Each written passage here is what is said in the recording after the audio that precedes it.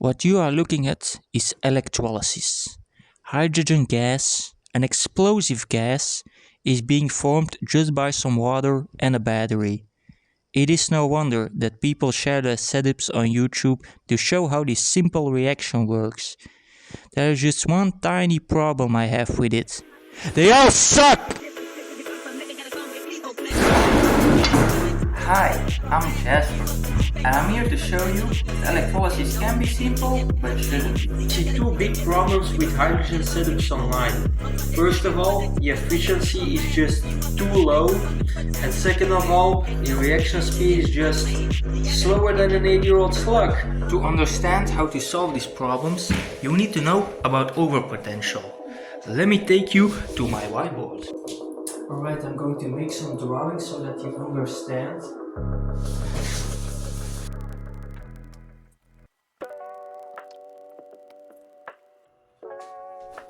So when the gases are formed, this happens. So you get H2O, it splits into ions, and then an electron jumps to the hydrogen ion and we have H2. Remember, the jump is important. And also with oxygen, H2O, ion, jump, and O2. When the electron has to jump, it requires a certain amount of energy, and this determines the voltage needed for electrolysis. That voltage is 1.23 plus the overpotential, so the energy for the jump, and then the ohmic voltage basically. And this is the actual useful voltage, so this is the energy that goes into the hydrogen, the rest is just wasted. So it becomes heat basically. The higher your voltage is, the higher your overpotential will be. So with a very high voltage, you'll basically have a really shitty efficiency. So this is why hooking up a 12-volt battery to some water is not a good idea. This is the Butler-Volmer equation, which is maybe a little complicated, but the point is it says that overpotential limits the current, and you can calculate the maximum current with overpotential. So according to that equation, current increases with overpotential, exponentially even. So you get a better reaction speed when you're less efficient. So overpotential is not the only thing that limits current, because you also have ohmic resistance just like in metals. And this is same thing, we have a charge, and then we have a molecule, and then it bumps into it and we lose energy, and also the current is limited. But this problem can be solved very easily by just adding a lot of electrolyte. I can do some calculations. Usually with a small cell I get less than an ohm of ohmic resistance, so this is really not the problem. It's really the overpotential that is the problem, and that's basically the point of this video. So we're back at the Butler-Volmer equation, because this is where current is most limited.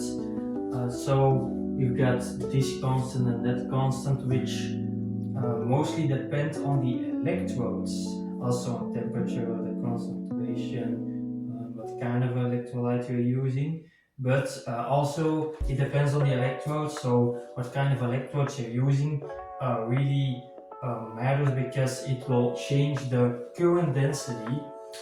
So that's why platinum is the best, because these constants are the highest with platinum. And I want to prove that different electrodes will give different total resistances because of the Butler-Volmer equation. And I want to prove this with an Arduino.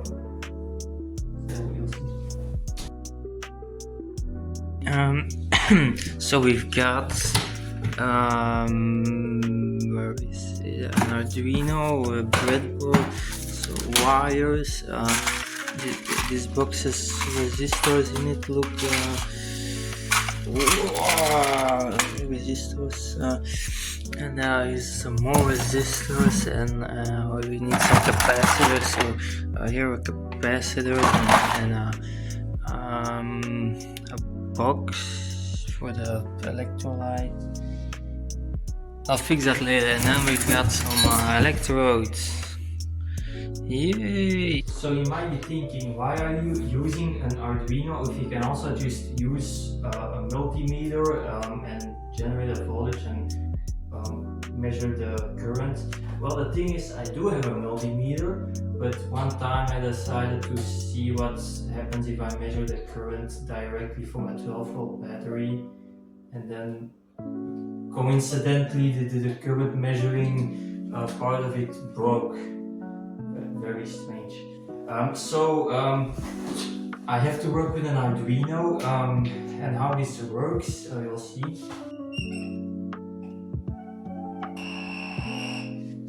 Nice sound. Okay, so we've got a resistor, we've got a solution, and then we measure the voltage of it with the Arduino, because that's what an Arduino can do with the analog pins. And then we know the voltage, we know the resistance of our own resistor. So the ratio between resistance and voltage is constant in this circuit. So that's how you know the resistance of the solution, because we know the two voltages, we know this resistance, so this is the only unknown, so that's how we can calculate it. And that's how we then can compare the resistance of two different electrodes, even though the solution and the temperature and blah blah blah, it's all the same except for the electrodes. And I hope that we'll see a difference. Alright, so we have our solution, which is 2 moles per liter of salt, so it's just kitchen salt. So I did 58 grams of salt in half a liter of water, so if I'm not stupid, that should be 2 moles per liter. And we've got our electrodes, which are stainless steel and aluminium, just aluminium foil. So two very different metals. This got nickel, iron and chromium in it. So nickel can help with catalyzing the reaction. And then we've got our Arduino setup. So we have a capacitor for smoothing out the pulse width modulation. We've got a resistor, and these pins will be connected to this. So I'll just put the electrodes here in this, like, we'll see what we get, I guess. By the way, the ohmic resistance will be about less than 2 ohms. Wait, what's the distance? 11 centimeters. Okay, yeah, so the calculations are right. So this is about 10 centimeters. This is calculated with the specific molar conductance, which is at infinite dilution, so it changes the more electrolyte you put into it. But this should be about, it should be a little bit more than this many amount of ohms. So yeah, I'm curious to see what the results will show. So I'm just gonna use my hands to put it in like this, because it doesn't wanna stay in like normally. And then I'm gonna have to use my hands also to connect these things to the pins, because the problem is I'm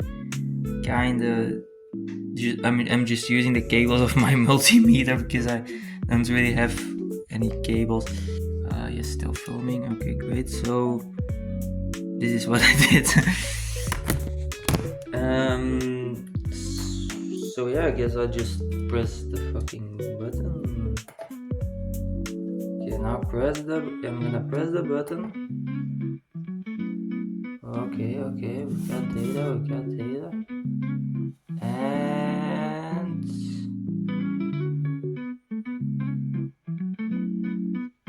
is it really that much?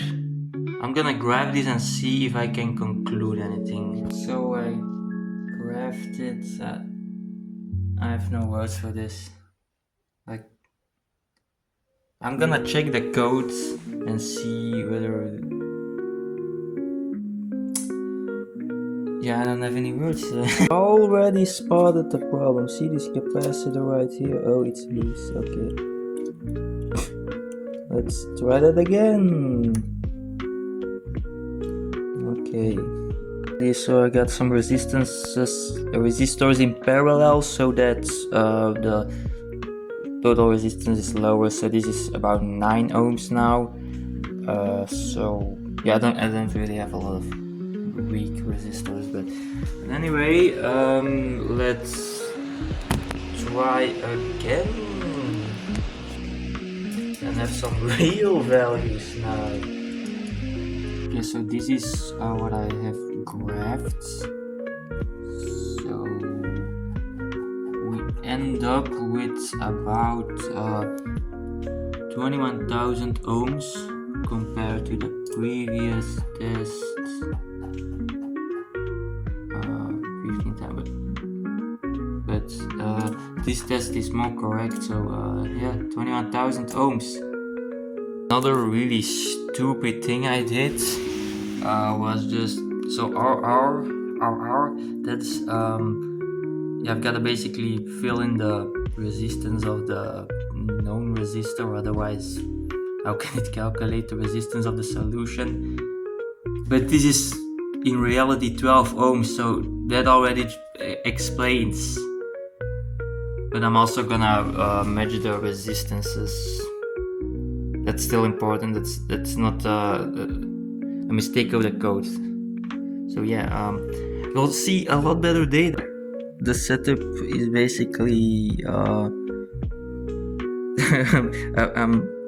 holding the resistor with my thumb, because otherwise it's not connected, and then I also have to use the hold the electrodes in my hand. So I guess my hands are just part of the setup now. Alrighty, so I'm very happy with this data. As you see, in the beginning it's a little bit of bullshit, but then right here, this is the real stuff. So as you see around here, it stabilizes, and when I go all the way at the end, 1.6 volts is what we have reached, and about 20 ohms. So this is a lot more realistic, and I'm glad, because I have proven that ohmic resistance isn't the only fucking thing. Yes. So yeah, ohmic resistance isn't the only resistive effects, if I may, because you also have overpotential.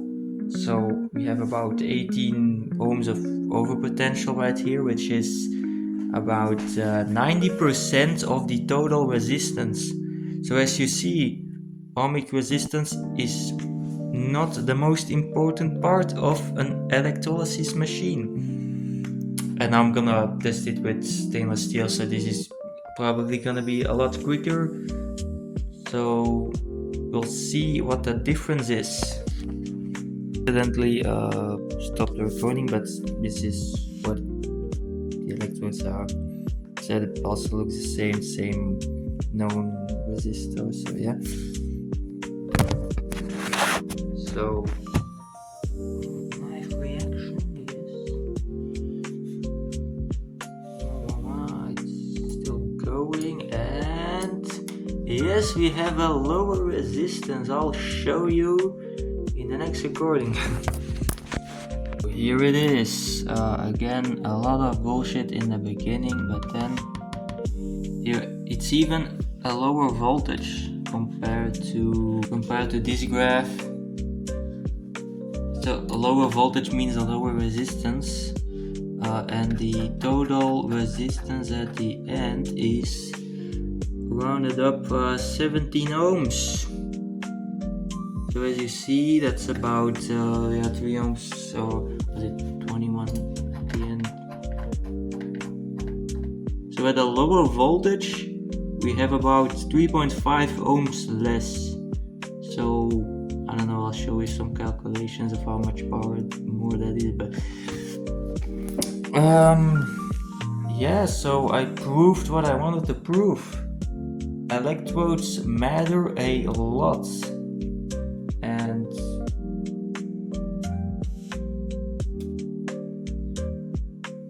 electrodes matter a lot.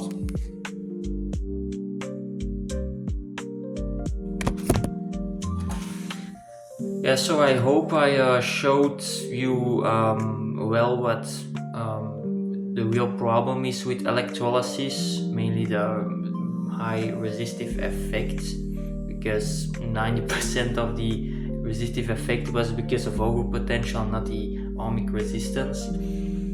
I hope you understand now that there are more complicated ways of improving electrolysis, and that a bunch of factors, like for example the electrode, matter a lot, and a lot more than just how much electrolyte you're using. So sometimes people ask me, like, if electrolysis is so slow, why don't you just add a bunch of electrolyte? And that's a good idea, but it's not the only solution to the whole problem. So yeah, if there's anything you should remember, it's that you should think more about how you build your electrolysis machine. And I hope you have fun with learning about science in general. Bye. So I will just make a drawing. So there are no markers. Oh, my brother stole them. God damn it, fucking. I'm gonna show him.